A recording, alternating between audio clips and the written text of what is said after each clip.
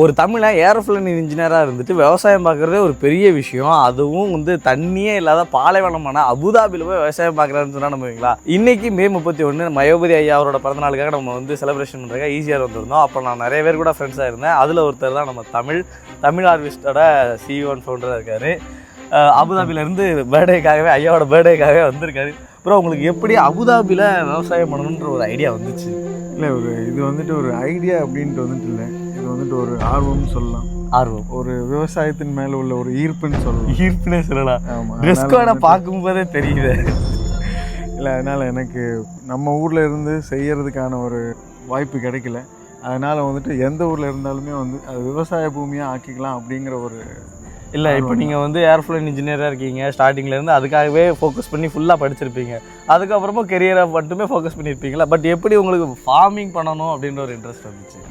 இப்போது ரீசெண்ட் டேஸில் பார்த்திங்கன்னா வந்துட்டு நிறையா லைக் மருந்து கலந்த பொருட்கள் அது இதுதான் அந்த மாதிரி தான் வந்துட்டுருக்கு.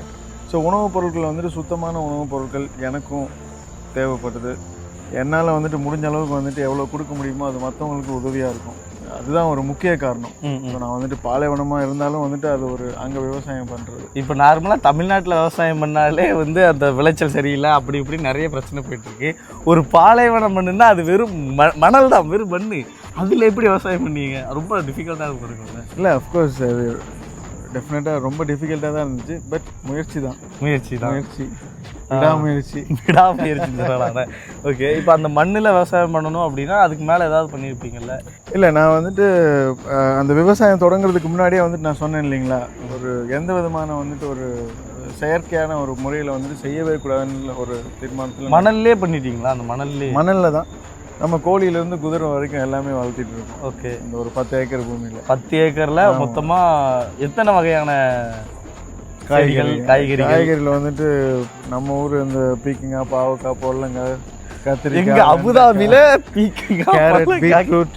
ஆமாம், கேரட் பீட்ரூட்லேருந்து எல்லாமே வந்துட்டு. இப்போ அபுதாபியில் வந்து எனக்கு இந்த தமிழ்நாட்டில் இருக்க காய்கறிகள் மாதிரிலாம் வேணும்ப்பா, எனக்கு வேணும்னா அவங்க கிட்ட இருந்து வாங்கிக்கலாம் அப்படின்னு. அபுதாபிலேயே வந்து நான் தமிழ்நாட்டை கொண்டு வந்திருக்கேன். அங்கேருந்து தமிழ்நாட்டுக்கு எங்க தமிழ்நாட்டில் ஆல்ரெடி இருக்கேன். இல்லை, நான் வந்துட்டு இப்போ நான் சொந்த ஊர் கரூர்.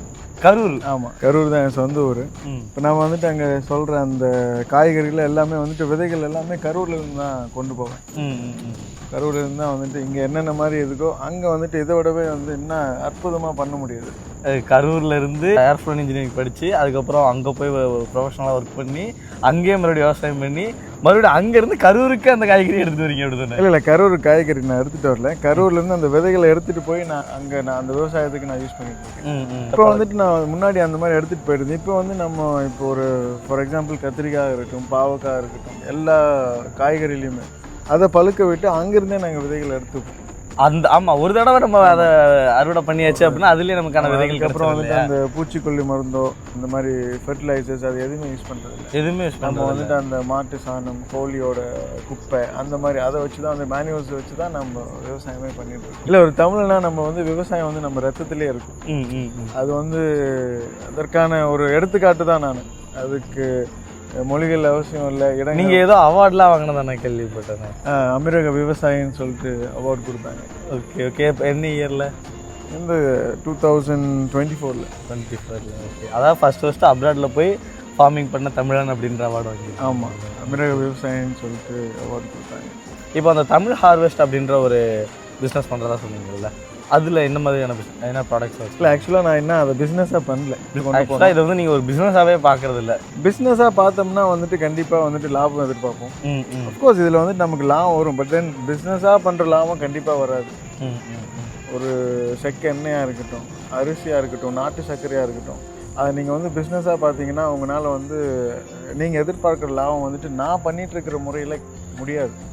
ஓகே, இது ஜஸ்ட் ஃபஸ்ட்டு நமக்கு ஒரு குவாலிட்டியான ப்ராடக்ட் வேணும், அதுக்கப்புறம் அது நமக்கு போக மிச்சம் இருந்தால் அடுத்த நமக்கு வந்து அப்படி தான் ஸ்டார்ட் ஆச்சு எனக்கு. அதுக்கப்புறம் என்னோடய ஃப்ரெண்ட்ஸு ஃபர்ஸ்ட் சர்க்கிள். இப்போ வந்துட்டு அது வந்துட்டு ஒரு ஐ மீன் நீங்கள் சொன்ன மாதிரியே வந்துட்டு பிஸ்னஸாக வந்துட்டு போயிட்டுருக்கு. பட் தென் அதை நான் வந்து பிஸ்னஸாக விடாமல் முடிஞ்ச வரைக்கும் இப்போ நம்ம ஜப்பானில் இது ஜப்பான்லேயும் லான்ச் பண்ணியிருக்கோம். இது தமிழ் ஹார்வெஸ்ட்டில். ஓகே, ஜப்பானில் வந்துட்டு ஒரு ஃபுட் ப்ராடக்ட் வந்துட்டு அப்ரூவல் எடுக்கிறது வந்து அவ்வளோ கஷ்டமான ஒரு விஷயம். ஜப்பான், அதாவது அபுதாபியில் ஆரம்பிச்சு ஜப்பான் போயிட்டு ஜப்பானில் போயாச்சு. ஜப்பானில் வந்துட்டு நமக்கு வந்துட்டு அப்ரூவல் வந்துட்டு உடனே கிடச்சிச்சு. நம்மளோட டெஸ்டிங்ஸ் எல்லாம் போய் ஜப்பான் வரைக்கும் நம்ம குவாலிட்டி போயிடுச்சு. இப்போ அந்த தமிழ் ஹார்வெட்ஸோட ப்ராடக்ட்ஸ் வந்து நம்ம தமிழ்நாட்டிலேயே வாங்கிக்கலாம். சென்னையிலேயே வந்துட்டு லான்ச் பண்ணியாச்சு. ஆமாம், சென்னையிலேயே லான்ச் பண்ணியாச்சு. இப்போ Chennai, Dubai, Abu Dhabi, Japan. So கொஞ்சம் அதுக்கு மேலே வந்துட்டு நமக்கு வந்துட்டு அந்த ப்ரொடக்ஷனும் அவ்வளோ பெருசாகவும் இருக்காது. கொஞ்சம் லிமிட்டடாக தான். அவ்வளோதான். அடுத்து ஒரு ரெஸ்டாரண்ட் ஓப்பன் பண்ணுறதா கேள்விப்பட்டேன்.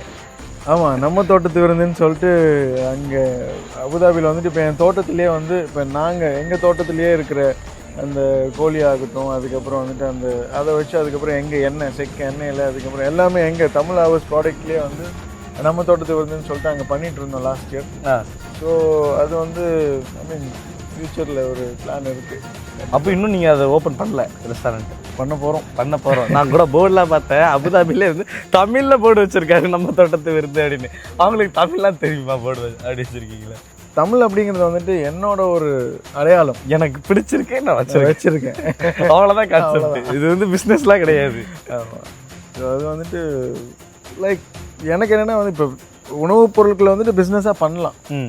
ஆனால் அந்த ஒரு லாபம் வந்து அதிகமாக எதிர்பார்த்தீங்கன்னா கண்டிப்பாக வந்துட்டு உணவுப் பொருட்களை வந்து குவாலிட்டி கொடுக்க முடியாது. ஸோ குறைவான ஒரு லாபம், நிறைவான மகிழ்ச்சி அப்படின்னா வந்துட்டு நீங்கள் வந்து உணவுப் பொருட்களை வந்துட்டு இது பண்ண முடியும். ஸோ மற்றபடி வந்துட்டு அதில் பெருசான லாபம் பண்ண முடியாது, பண்ணக்கூடாது. விவசாயத்தோட எக்ஸ்பீரியன்ஸே இல்லாமல் அந்த தமிழன் அப்படின்ற ஒரு எக்ஸ்பீரியன்ஸில் அந்த ஒரு இதில் ஜெனடிக்கில் மட்டுமே விவசாயம் பண்ணுறீங்க அப்படி தானே? இல்லை, அது உண்மைதான். ஐ மீன் அந்த எக்ஸ்பீரியன்ஸ் இல்லாமல்னா ஸ்டார்ட் பண்ணோம்.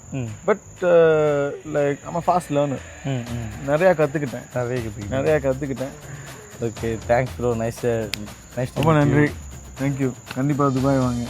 கண்டிப்பாக நம்ம ஒரு நாள் துபாய் போகிறோம். அபுதாபியில் இவர் கூட சேர்ந்து நம்மளும் விவசாயம் பண்ணுறோம். கண்டிப்பாக வந்துட்டு அபுதாபி வரும்போது நம்ம தோட்டத்து விருந்தில் நீங்களும் சுவைத்து மகிழ்கிறோம். நேச்சுரல் ஃபுட்டை சாப்பிட்றதுக்காக அபுதாபி வரைக்கும் போகிறோம் அப்படி தானே? Thank you. Always welcome. Thank you. Thanks.